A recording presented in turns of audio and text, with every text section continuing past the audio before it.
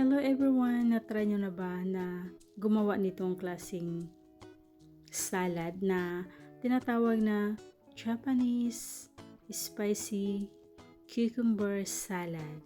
Napakasarap ito guys at grabe ang lutong niya talaga. So tara, simulan na natin. So meron akong isang cucumber dito guys. So ang gagawin natin dito, cut muna natin yung sa dulo. At tanggalin natin yung iba niyang balat. Ayun.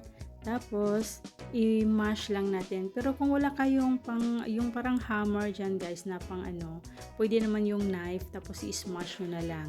So, after nyan, i-cut po natin into bite size.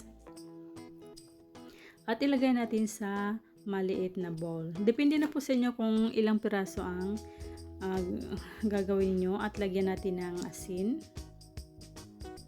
at mix lang natin and leave it for 30 minutes. So ngayon meron tayong shallots. Itong shallots guys, slice lang natin to ng pa-strips.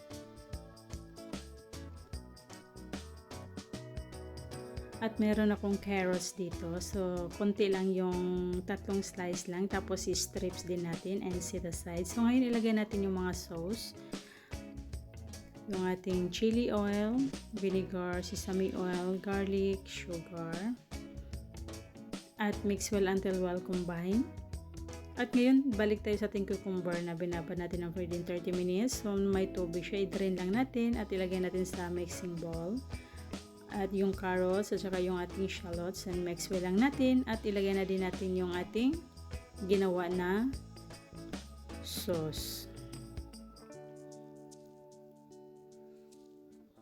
Tapos ngayon i-mix lang natin guys. Yan, ganyan lang po kasimple ang paggawa at yun, nilagyan ko po siya ng sesame seeds.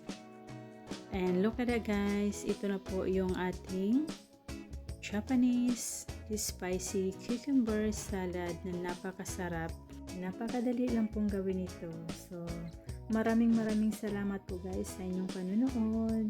Kung bago pa lang kayo sa aking channel, please subscribe and thank you for watching. God bless and bye for now.